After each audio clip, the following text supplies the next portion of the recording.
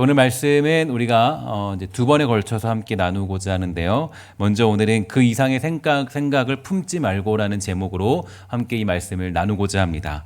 오늘 우리가 보는 본문은 그리스도인들의 인생과 그 자세에 대해서 설명해주고 있는데요.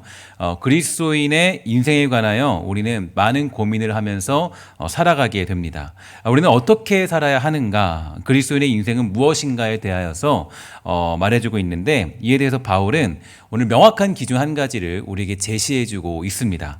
그것은 바로 기록된 말씀 밖으로 넘어가지 말라, 이렇게 중요한 기준을 제시해주고 있다라는 거죠. 그러면 바울이 말하는 기록된 말씀, 그 범위는 어디인가, 무엇인가라는 것을 기억해 볼 필요가 있는데요. 그것은 성경에서 말하고 있는 것, 조금 더 정확하게 말하면 고린도전서 1장에서부터 지금까지 이 바울이 성경적인 관점에서 작성한 내용을 말하고 있습니다. 그러면 바울이 오늘 이 본문을 말하기 전에 계속적으로 이 고린도 교인들에게 언급한 것은 무엇일까요? 지난주에 우리가 본 것과 같이 우리들은 이 말씀 맡은 자에 불과하다라는 것을 우리에게 알려주고 있습니다. 그래서 우리가 택배기사 이상의 것을 생각하면 안 된다라는 것을 말씀드렸고, 이 택배기사처럼 하나님의 말씀을 전달해 주는 것이 우리에게 주는 가장 중요한 사명의 메시지다라는 걸 설명을 드렸죠. 그래서 우리들은 말씀 맡은 자에 불과하다라는 것을 알려주고 있습니다. 4장 1절과 2절에 보면 이렇게 되어 있죠. 사람이 마땅히 우리를 그리스도의 일꾼이요 하나님의 비밀을 맡은 자로 여길지어다. 그리고 맡은 자들이 구할 것은 충성이니라, 이렇게 되어 있습니다. 말씀을 맡은 자라는 것은 충성을 다하는 거지 그 이상도 그 이하도 아니라는 거예요. 우리가 무엇을 하든 무슨 일을 겪든 우리는 충성을 다하는 것이다. 그래서 누구를 판단하고 누구를 정죄하고 누가 옳다라고 여기는 것 자체가 그런 기준을 우리가 제시할 수는 없다라는 것입니다. 그러나 우리가 가지고 있는 본질이 무엇이냐? 본질이 무엇이냐면 생각할 그 이상의 생각을 가지게 되는 거예요. 그러니까 생각할 그 이상의 생각을 품지 않아야 되는데 우리의 본질상 생각할 그 이상의 생각을 가지게 되는 경우가 많이 있다라는 거죠. 우리 그런 의미에서 로마서 12장 1절부터 3절까지의 내용을 한번 살펴보도록 할까요? 이렇게 되어 있습니다. 그러므로 형제들아, 내가 하나님의 모든 자비하심으로 너희를 권하노니 너희 몸을 하나님이 기뻐하시는 거룩한 산 제물로 드리라. 이는 너희가 드릴 영적 예배니라. 너희는 이 세대를 본받지 말고 오직 마음을 새롭게 함으로 변화를 받아 하나님의 선하시고 기뻐하시고 온전하신 뜻이 무엇인지 분별하도록 하라. 내게 주신 은혜로 말미암아 너희 각 사람에게 말하노니 마땅히 생각할 그 이상의 생각을 품지 말고 오직 하나님께서 각 사람에게 나누어 주신 믿음의 분량대로 지혜롭게 생각해라, 이렇게 우리에게 설명해 주고 있습니다. 그러니까 로마서 12장을 보면 그러므로라고 이렇게 시작하고 있죠. 그러니까 이것은 로마서 1장부터 11장까지의 내용을 전제로 하여서 그러므로라는 결론에 이르게 된 겁니다. 하나님의 능력으로 인하여서 구원을 얻게 되었으니까 우리는 그 구원을 이 삶 속에서 실제적으로 살아내야 한다. 근데 살아내는 방법이 뭐냐면 너희 몸을 하나님이 기뻐하시는 산 제물로 드리며 살아내는 것, 이게 로마서 12장이 가진 내용이에요. 그래서 이렇게 구원받은 우리들은 이 땅의 사람들과 다른 삶을 살아가고 또 진정한 영광을 누려야 한다라고 우리에게 가르쳐주고 있죠.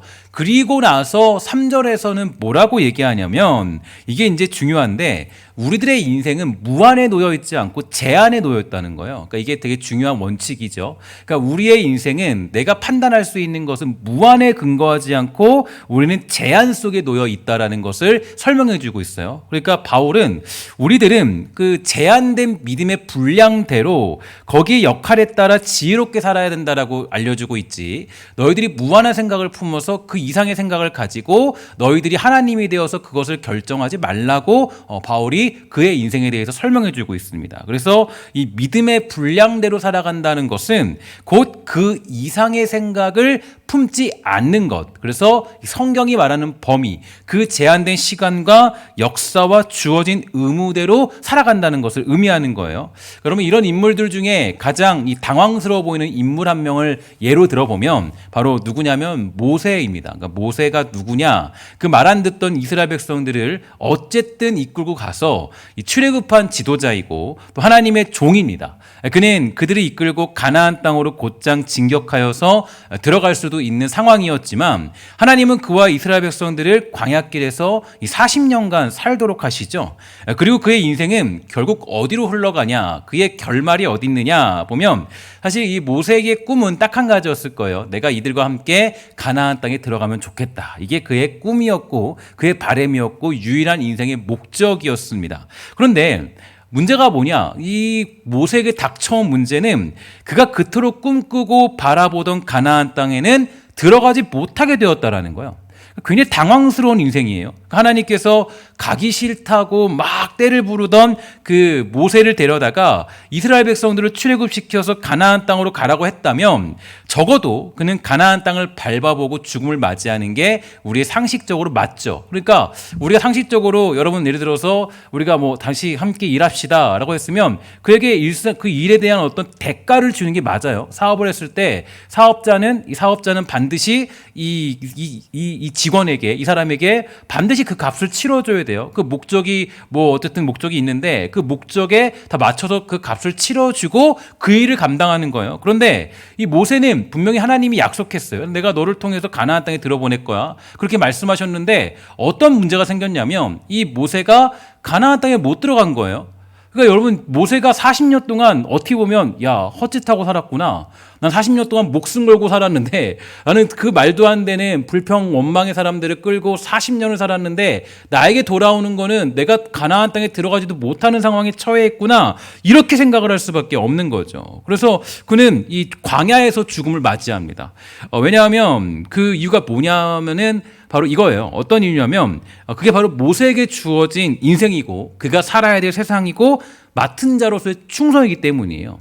그러니까 지금 모세가 그 길을 택한 거죠. 사실 모세가 이 마지막에 억지로라도 그들을 데리고 가나안 땅에 들어갈 수 있었을지도 모르겠어요. 근데 그렇게 하지 아니하고 모세는 자신이 그 생각할 이상의 생각을 품지 않고 바로 그 죽음을 맞이하게 된 거예요. 이건 욕심 부리지 않은 거예요. 자기 생각대로 판단하지 않은 거예요. 하나님의 역사와 하나님의 계획과 뜻을 내가 내 생각대로 풀어내지 않은 거예요. 나는 제한적이고 유한적인 존재라는 것, 하나님이 정해놓으신 그 길 앞에 살아가는 백성이라는 것을 순순히 인정했기 때문에 그가 그 앞에서 죽음을 선택하고 그가 사라지게 된 거죠. 사실 그 나중에 죽음을 보면요, 그 죽음에 대해서 모세가 죽었다라고 얘기하지 않아요. 그러니까 모세가 죽은 것이 아니라, 왜냐하면 이 눈이, 여러분 보통 이제 죽음을 맞이하면은 이 눈이 흐릿해지거든요. 그러니까 이게 죽을 때 눈이 흐릿해지고 보이지 않아요. 앞이 보이지 않죠. 대부분 제가 만나신 분들은 대부분 그래요. 그러니까 잘 안 보이고 잘 알아보지도 못해요.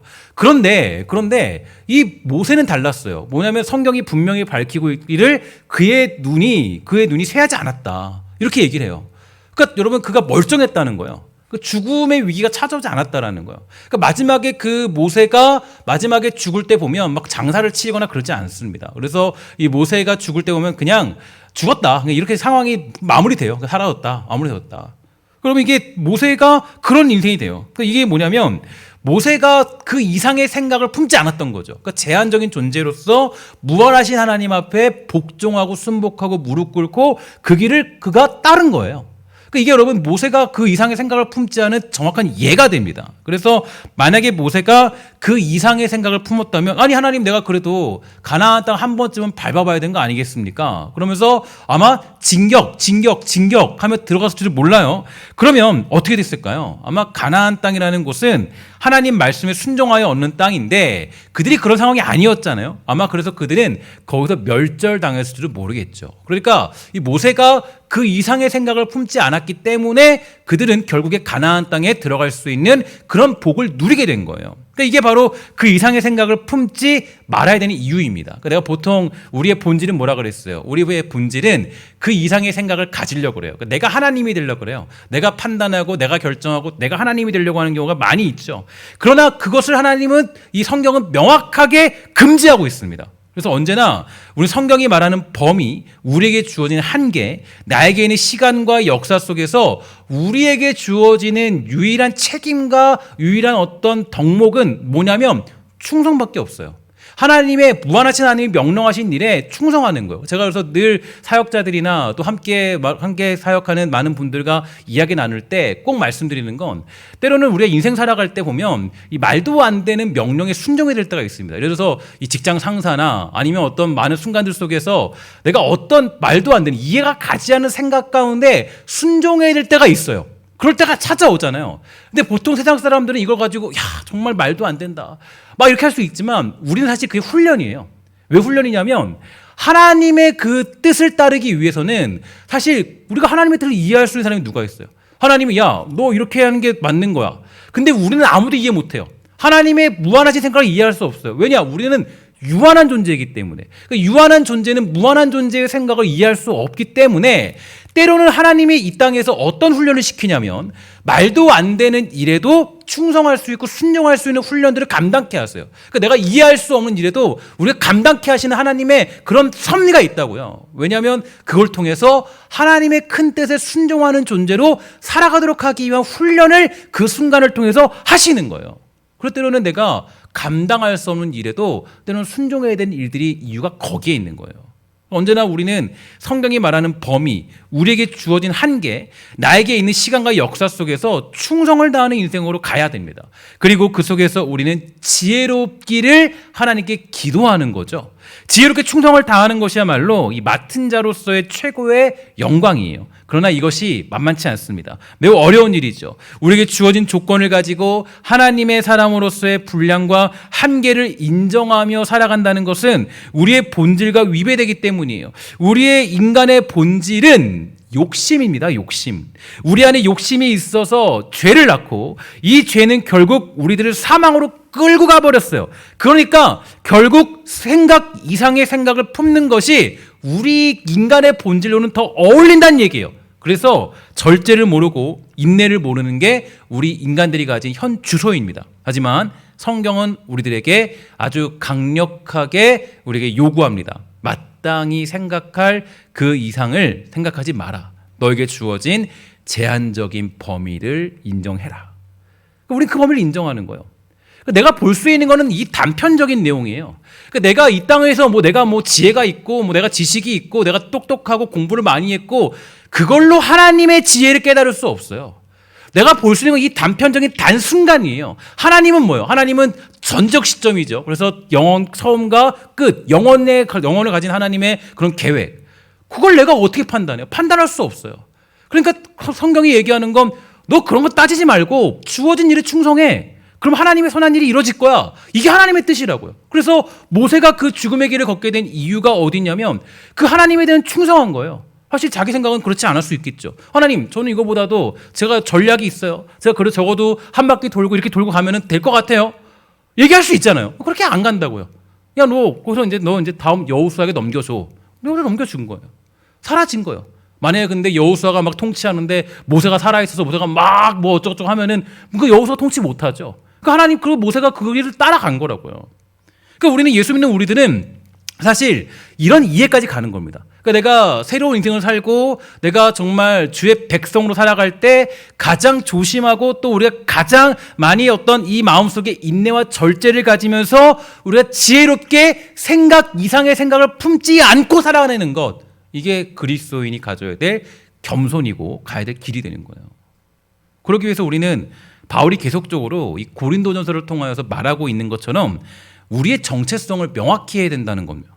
우리는 어떤 존재죠? 우리는 분명히 택하신 족속이고 왕 같은 제사장이고 거룩한 하나님의 백성인 줄 믿습니다. 그러나 이것은 우리가 나의 힘으로 얻은 것이 아니고 하나님께서 은혜를 주신 거예요. 은혜를 줬다는 것은 우리가 받은 이 신분의 정체성을 내 스스로 자랑할 수 없다라는 걸 의미합니다. 이것으로 우리의 우월성을 드러낼 수 없고 이것으로 누군가를 정죄하면서 높고 낮음을 말할 수 없어요. 그래서 우리는 생각 이상의 생각을 품을 수 없습니다. 기록된 말씀 밖으로 넘어갈 수 없고 오직 그 신분의 정체성을 가지고 충성다하며 살아가는 거예요. 잘 알다시피 바울은 이런 고백을 하죠. 나는 그리스도의 흔적을 가졌노라. 그리스도의 흔적을 가졌노라. 여기서 흔적은 그 당시에 노예들이 주인으로부터 강제적으로 어떤 흔적을 가지게 된 스티그마라는 단어를 사용합니다. 이는 우리가 뭐 노예와 같이 비인격적인 삶을 요구받는 게 아니라 우리가 받은 은혜, 우리에게 주어진 삶, 그것이 하나님께로부터 주어졌다는 것을 우리에게 말해주고 있는 거죠. 우리의 인생은 어디로부터 시작됐습니까? 하나님으로부터 시작되었고 하나님으로 인해서 완성되어지는 게 저와 여러분들의 인생이에요. 그리고 그렇게 주어진 여러 가지 삶 속에서 우리는 인격적으로 하나님의 일들을 감당하며 살아가는 거예요. 그래서 바울은 계속적으로 말하는 게 우리의 신분이에요. 우리들이 받은 은혜, 우리들의 신분, 나의 정체성이 무엇인가에 대해서 우리에게 말해주고 있죠. 왜냐하면 이걸 명확하지 않으면, 이게 명확하지 않으면, 이게 내가 혼자 스스로 얻은 것이라 생각하면은 그때부터는 생각 이상의 생각을 품게 되기 때문입니다.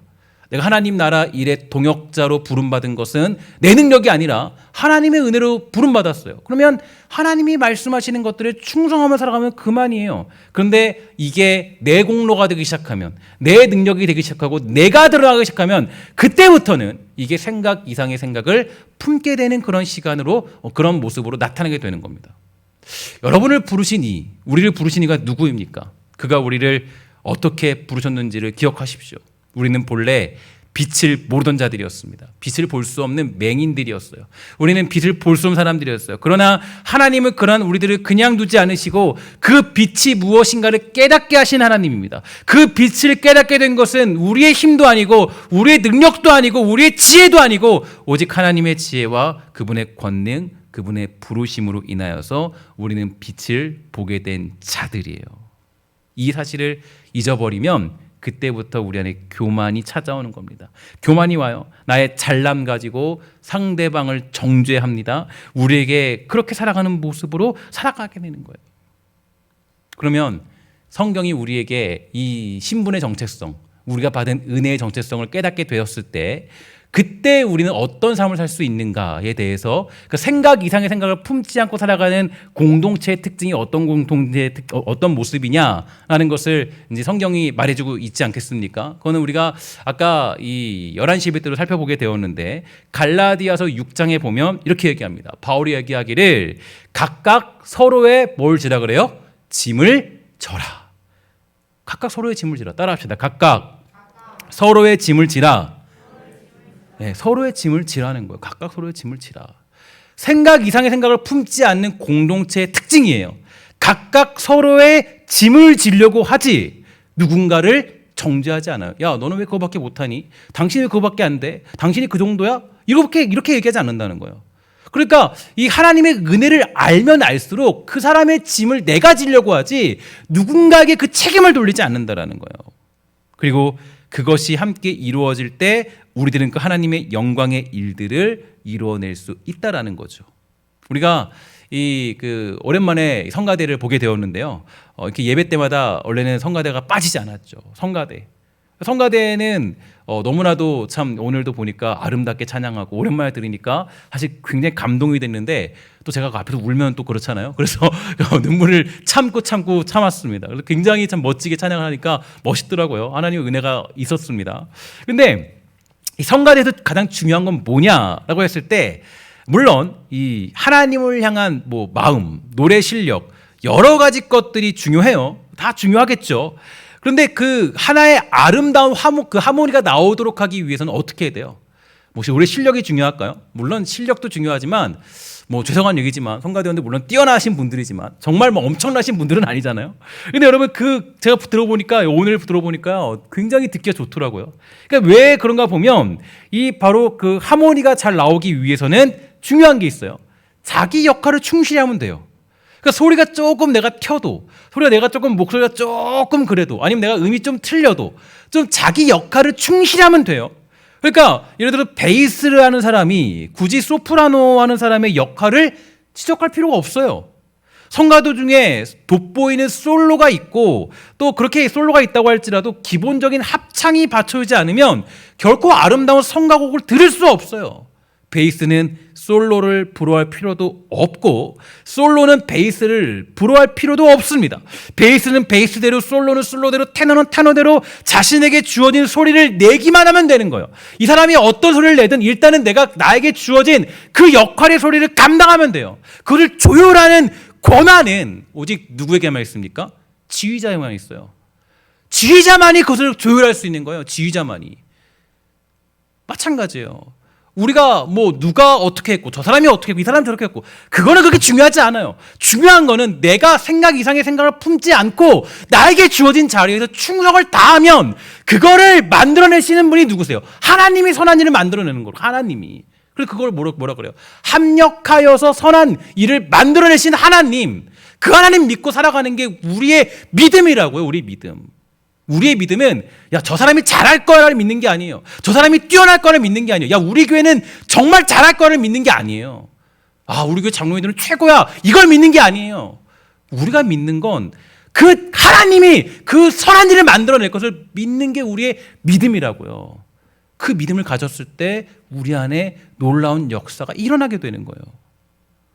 그래서 오직 지휘자에게만 그것을 조율할 수 있는 권한이 있어요.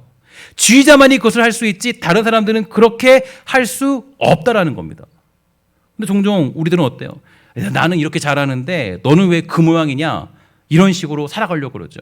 자신을 과시하고 나를 높이게 됨으로써 부족한 자들을 밟아 죽이려 해요. 이게 우리 배운 습성이에요. 인간의 습성이 그래. 세상에서 그렇게 배웠어요. 세상에서 1등만 사는 세상, 1등만 기억하는 세상. 그죠? 그렇게 배워왔어요. 그러니까 우리가 자꾸 이런 것으로 나의 어떤 능력치를 극대화시키려고 그래요. 그러나 이거는 지혜롭지 못한 거예요.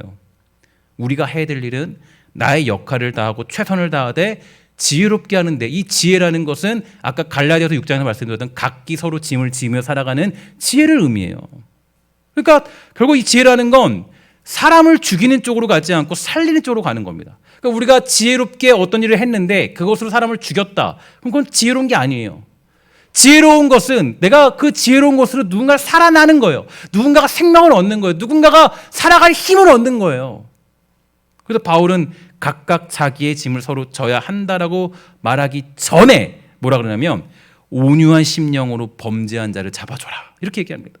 이거는 우리에게 주어진 권한이 있죠. 제가 그래서 늘 그 한 가지 제가 중요한 원칙이 하나 있는데, 우리에게 주어진 권한, 그러니까 우리 주어진 그 이 땅 살아가는 주의 백성들에게 주어진 권한은 무엇이냐? 우리에게 주어진 권한은 서로를 온유한 심령으로 잡아줄 권한만 가지고 있지 남을 죽이고 버릴 권리는 가지고 있지 않아요. 왜냐? 우리의 생명 자체가 하나님이 주신 것이기 때문이에요. 만약에 내가 내 힘으로 얻었다면, 내 노력을 얻었다면, 내가 어떤 열심으로 나에게 주어진 자리와 나에게 주어진 생명을 얻었다면 누군가에게 말할 수 있을 거야. 야, 너는 왜 그거밖에 못하니? 너는 왜 그 정도밖에 안 돼? 야, 너의 믿음은 그거밖에 안 되니? 야, 너가 왜 그거밖에 못하지? 그럴 수 있을지 몰라요. 하지만 저와 여러분들 모두, 저나 여러분들, 우리 모두가 다 동일한 은혜, 동일한 생명, 동일한 십자가의 구속의 은혜로 우린 구원받은 백성들이에요. 그러니까 우리는 그 누구에게도, 그 사람에게도, 그 어떤 자에게도 우리가 손가락으로 지적할 수가 없고 그의 문제를 꺼낼 권리는 가지고 있지 않아요. 그래서 제가 늘 말씀드렸지만 우리에게 주어진 유일한 권리는 사랑할 권리지 미워할 권리는 없다. 우리에게 주어진 권리는 사랑할 권리지 미워할 권리가 없어요. 사실 저도 그런 이 말씀에 굉장히 참 이게 쉽지 않은데 힘든데 그래도 우린 매일같이 하나님이 훈련시키는 거예요. 야, 너에게는 사랑할 권리밖에 없어. 너에게 사랑할 권리밖에 없어. 아무리 내 마음을 힘들게 하고 괴롭게 하는 그런 사람들이 있다 할지라도 너에게 주어진 권리는 사랑할 권리밖에 없다라는 거예요. 그게 우리에게 주어진 권리예요. 그래서 고린도후서를 시작하면서 거기서 사도 바울이 얘기하기를, 야, 우리 너희들에게 말하는데 남자답게 강건하여서, 이렇게 얘기하잖아요. 이 얘기는 뭐예요? 그 남자가 뭐 뛰어나다는 게 아니라 그 그냥 사회적으로 봤을 때 남자답게 강건하게 너희들 살아가야 된다. 이거는 넉넉하게 그 모든 일들을 남자답게 풀어내는 그런 모습이 필요하다는 걸 의미하는 거예요. 그래서 우리는 뭐가 필요해요? 온유한 마음으로 서로를 잡아줄 권한만 가지고 있지 우리가 누구를 정죄할 권한은 하나님이 주신 적이 없다라는 거예요. 우리에게 매우 중요한 메시지가 되는 거죠. 그리고 우리에게 주어진 인생 속에서 지혜롭고도 충실하게 하나님께서 이루시고자 하는 일들을 감당하는 종들의 모습이 바로 그런 권한을 행사하는 사람들의 모습인 것입니다. 바울은 고린도전서 3장 21절부터 23절에 보면 이렇게 얘기했습니다. 그런즉 누구든지 사람을 자랑하지 말라. 만물이 다 너희 것임이라. 바울이나 아볼로나 게바나 세계나 생명이나 사망이나 지금 것이나 장래 것이나 다 너희 것이요 너희는 그리스도의 것이요 그리스도는 하나님의 것이니라. 여기서는 우리 아멘 하셔야 됩니다. 그죠? 아멘이십니까? 그죠? 아멘이죠. 우리가 누군가를 옳다고 할 수 없고요, 나쁘다고 할 수 없고, 그것이 하나님을 향한 영광을 깰 수 없다고 할 수 없는 이유는 바로 여기에 있습니다. 그래서 이 사실을 깨달아가는 사도 바울은 이 마지막에 보면 빌립보서가 이제 거의 최후 그런 자기의 어떤 그런 신학을 펼쳐낸 거잖아요. 빌립보서 보면요, 다 인정해줘요. 자신을 사도로 인정하는 사람, 인정하지 않는 사람들도 인정해주고, 그죠? 자신을 핍박하는 사람들도 인정해주고, 야, 그 사람들 통해서 예수 그리스도만 드러나면 됐지, 그죠? 그거 가지고 뭐 내가 왈가벗을 거 없다. 서로 싸움 가운데 분쟁 속에서도 예수만 드러나면 난 그걸로 만족한다. 그러니까 이게 그 사도 바울이 이 사실을 이해한 거예요. 아, 하나님이 주신 것이기 때문에 내가 뭐 저 사람 틀렸다, 어땠다, 뭐 했다, 뭐 잘못했다, 왜 저거밖에 안 되냐, 그럴 수 있는 상황이 아니라는 거죠. 아까도 우리가 그 11시 예배 때 말씀드렸죠. 우리의 인생의 때는 하나님이 다 정해놓으신 거예요. 근데 그 때를 해석할 때 전도서의 기자가 어떻게 해석했어요? 다 모든 것이 선한 하나님의 계획 가운데 그 때가 있다 그랬잖아요. 그러니까 여러분, 모든 건 다 하나님의 선한 계획 속에 있는 거예요. 때로는 나를 힘들게 하는 사람을 만나는 것도, 나를 어렵게 만드는 상황을 경험하는 것도, 너무 복잡한 시절을 경험하는 것도, 때로는 내가 이해할 수 없는 어떤 명령 앞에 서는 것도, 내가 때로는 그 모세처럼, 야, 너 모세, 너 이제 그만 떠나, 너 이제 그만해, 여기까지야, 너 가나안 땅 못 들어가, 그런 막막한 하나님의 명령을 받았던 것도 결국에는 하나님의 선한 일을 만들어내는 도구와 모든 어떤 그런 역할들이 다 있다라는 거예요. 결국 하나님은 우리를 선한 길로 인도하시는 분이세요. 그러니까 우리들이 그것 가지고 하나님 앞에 불평하거나 원망할 게 없는 거예요, 사실. 정죄할 권한도 없어요. 우리는 나에게 주어진 자리에 충성하면 그만이에요. 사랑하는 여러분, 나에게 주어진 인생의 한계를 인정할 줄 알아야 돼요. 예수 믿는 사람은 이게 먼저예요. 내가 예수를 믿고 있을 때 여기서 가장 이게 흔들려요. 많이 흔들리는 게, 예수를 믿고 조금 시간이 좀 지나가면 갈수록 자꾸 인생의 한계를 인정하지 않아요. 내가 제한적인 존재인 것을 잊어버릴 때가 있어요. 우리는 유한한 존재예요. 무한한 존재의 계획에 같이 동역하여서 그 도구로 사용받는 우리는 유한한 존재라고요. 유한한 존재가 무한한 존재에 부름받아 사용되는 영광을 누리게 되는 거예요. 그러니까 우리에게 주어진 이 짧은 인생, 이 짧은 80년, 90년의 인생 속에서 우리가 해야 될 유일한 책임과 의무는 종으로서 충성이 있을 뿐입니다. 이거밖에 없어요. 종으로 충성밖에 없어요. 이거는 뭐 제가 여러분들 말씀드린 게 아니라 사도 바울이 우리에게 하나님의 말씀을 받아서 우리에게 설명해주는 메시지가 되는 거예요. 꼭 기쁜 일이 있어야 이 땅이 존재하는 것이 아니고 하나님의 영광이 드러나는 것은 아닙니다. 그러니까 뭐 이런 얘기죠. 정말 이건 하나님의 영광이 드러나는 거. 꼭 이런 일들만 있어야 하나님의 영광이 드러난 게 아니에요. 여러분, 오늘 말씀에서 다 해석을 안 했지만 다음 주에 해석할 텐데, 여러분, 사도 바울이나 이 사도들의 인생을 보세요. 뭐라 그래요? 사도 바울이 자기 인생을 설명할 때 보니까 뭐라 그래요? 내가 생각하건대 하나님이 사도인 우리를 죽이기로 작정된 자 같이 끄트머리에 두셨고, 사도의 인생이 거의 뭐 우리 소위 말로 그냥 거의 죽음과 같은 인생, 거의 그냥 말도 안 되는 그냥 거지 같은 인생을 살아갔다는 거예요. 거의 죽음과 같은 인생, 버려진 인생같이 살았다는 거예요, 사도의 인생이. 그리고 뭐라고요? 10절에 보니까 그리스도 때문에 어리석으나 너희는 그리스도에 지혜롭고, 우리는 약하나 너희는 강하고, 너희는 존귀하나 우리는 비천하여서. 그 다음 11절 보세요. 우리 11절 한번 띄워주실래요? 11절 보면 이렇게, 11절 한번 띄워보면은, 우리 그 말씀 좀 띄워주세요. 이렇게, 바로 이 시각까지 우리가 줄이고 목마르며 헐벗고 매맞으며 정처가 없고. 그러니까 이 말씀을 쓰는 이때에도 이 사도 바울의 인생은, 이 사도들의 인생은 줄이고 목마르고 헐벗고 매맞으며 정처 없는 인생. 12절 뭐라 그래요? 수고하여 친손으로 일을 하며 모욕을 당한 즉 축복하고, 박해를 받은 즉 참고, 그러니까 모욕을 당하는데 뭐 해야 돼요? 축복하는 인생. 여러분 얼마나 힘든지 아세요? 모욕을 받고 있는데 거기에 축복을 주는 거예요. 그러니까 모욕을 당하는데 축복해주는 그 모습. 그리고 뭐라 그래요? 박해를 받고 있는 참고 있는 모습. 비방을 받는데 권면하면서 우리가 지금까지 세상의 더러운 것과 만물의 찌꺼기 같이 됐도다. 지금 사도 바울의 인생이에요, 이게. 사도 바울의 인생이에요.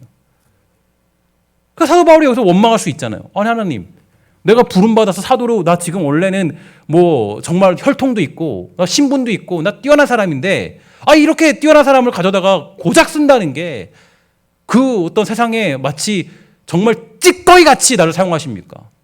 원망할 수 있잖아요. 그럼 이걸로 보면 마치 하나님의 선하신 일이 드러나지 않는 것처럼 보여요. 야, 이제 우리 인생 망했구나. 야, 이거 말도 안 되는 인생이네. 이거 하나님의 영광이 드러날까? 이걸로 하나님의 영광이 드러날까? 그러나 사도 바울이 확신한 게 있어요. 성경이 늘 주장하는 건 그럼에도 불구하고 너희들이 그 끄트머리에 두어 있는 인생을 살고 있음에도 불구하고 비방을 받고 있는 상황에도 하나님은 자기 영광을 드러내시는 하나님이시다. 이게 우리에게 주어지는 믿음의 핵심적인 가치고 믿음의 너무 놀라운 메시지예요.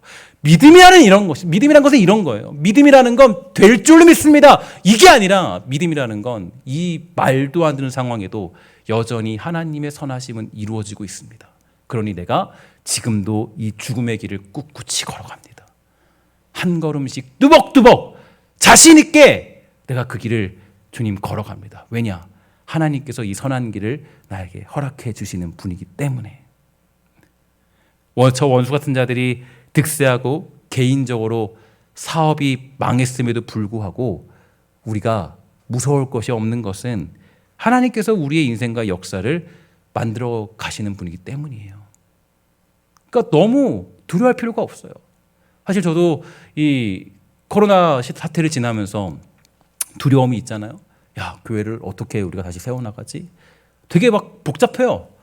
많이 복잡해요. 뭐 어떻게 세워나갈지 정말 고민도 힘들고 어떤 결정을 내려야 할지도 정말로 많이 고민스러워요. 막 혼란스럽고. 그러나 여러분, 우리가 정말 이런 것 때문에 조바심을 낼 필요는 없어요. 누군가에게 윽박을 지르며 살아갈 필요도 없습니다. 언제나 어떤 일을 만나든지 내가 해야 할 충성과 최선을 다하며 살아가면 되는 것이죠. 이 충성과 최선이라는 것은 그리스도인의 의무고 그리스도인들이 가져야 될 덕목이고 지혜입니다. 그러나 우리가 이렇게 살아가는 것이 두렵고 무서워하며 떨리는 것은 이 땅이 우리들을 자꾸 가만두지 않기 때문이죠. 이 땅의 주인이 누구이고 우리를 지으시고 우리가 어디로 흘러가는지에 대해 알고 있으므로 세상은 악을 쓰고 여러분과 저에게 덤벼들 것입니다. 그러나 우리는 잊지 말아야 돼요. 그것이 답을 알고 있는 자들의 인생이고 우리가 겪어야 될 고난이 되는 것입니다. 사랑하는 여러분, 혹시 지금 인생 가운데 좀 뒤틀어진 상황을 겪고 있습니까? 그것 때문에 마음이 속상하고 어려울 수 있어요. 그렇죠? 지금 나의 마음은 나에게 약속하신 가나안 땅으로 들어가고 싶지만 하나님은 우리를 죽음으로 인도할 수도 있습니다. 여러분, 이건 잘 생각하셔야 돼요. 우리의 목적은 가나안 땅에 들어가는 게 우리의 어떤 목적이 될 수 있지만 하나님의 일하심은 우리를 죽음으로 이끌어가는 모세의 길일 수도 있다는 거예요. 그럼 여러분, 거기에서 반항하겠습니까? 하나님 왜 그러시죠? 아니에요. 믿음의 사람은 어떻죠? 주님, 내가 그 모세의 길을 가겠습니다. 내가 그 죽음의 길이라도 가요. 왜냐? 하나님은 그 죽음의 길에서도 선한 일을 만들어내시는 분이기 때문이에요. 우리가 죽음을 맞이하고 슬픔과 고난을 겪는다 할지라도 하나님은 우리를 통하여서 그 영광을 이루어내십니다. 여러분들 모두가 하나님의 부름받은 종입니다. 그 역사의 주인이신 하나님과 동역하는 자들이에요. 인생 속에서 조금 더 우리 여유를 가집시다. 이 땅의 역사는 우리가 만들어내는 게 아니에요. 우리의 열심이 만들어내는 게 아니에요. 어떤 때는 열심을 아무리 부려도요, 아무런 일도 일어나지 않을 때도 많아요. 우리가 만들어내는 게 아니에요. 신실하시고 성실하시고 그 아들 예수 그리스도를 우리에게 보내주심으로 우리들을 구원하신 하나님께서 역사를 이루어내시고 우리를 그 역사의 한순간에 우뚝 세우신 하나님의 사랑을 여러분 기억하십시오. 어떤 아버지가 자기 자녀를 괴롭게 하겠습니까? 어떤 아버지가 자기 자녀를 망하게 두겠습니까? 어떤 아버지가 자녀를 말도 안 되는 핍박 가운데 두겠습니까? 그런 아버지는 없습니다. 예수님이 말씀하신 것처럼 하물며 너희일까 보냐. 하물며 저 새들도 먹이고 다 먹이는데 하물며 너가 믿는 아버지가 그거밖에 안 되냐. 하물며.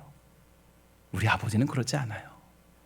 우리 하나님은 모든 일들을 통해서 여러분들을 통하여서 반드시 지금 상황이 말도 안 되는 상황에 처해 있다 할지라도 아까 봤잖아요. 사도 바울의 상황. 그의 상황은 선한 길을 말할 수 있는 상황이 아니에요. 죽음 가운데 있는 상황이에요. 끄트머리에 있는 상황이에요. 세상의 만물의 찌꺼기 같은 세상이에요. 그런데 사도 바울은 확신하고 있어요. 내 이 모습 속에서도 하나님은 자기의 영광을 선하게 반드시 완벽하게 이루어내신 하나님이다. 나는 그것을 믿고 너희들에게 권면한다. 생각 이상의 생각을 품지 말고 유한한 존재로 무한하신 하나님 앞에 엎드려 복종하여 충성하며 살아라.